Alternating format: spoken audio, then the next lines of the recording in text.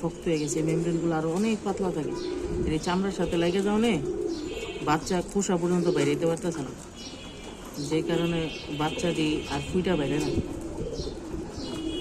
দেখা গেছে রাইতেবেলা যে টেম্পারেচার, দিনের বেলা টেম্পারেচার আকাশ পাতাল তত, তো ডিমের মধ্যে হিউমিডিটিটা ঠিক মতো থাকে না, তখন এই বাচ্চাটি আর কি এরকম ডেট পার হয়ে যায়, বাট কলাপস করে ভিতরেই। তো যে কারণে এই কবুতরের বাচ্চারাও সিজার করতে হয়। এই যে মানুষের যেরকম থলি থাকে না ফুলের লগে, এই যে থলি, এই যে এখনো পুশ করার শক্তি পাইতেছে। মেমব্রেনটা তো আর ফুল বডি আটকায় রাখছিল, মেমব্রেনটা ব্রেক হইতেছিল না, এই মেমব্রেনের মধ্যে ও মনে কর আটকায় ছিল।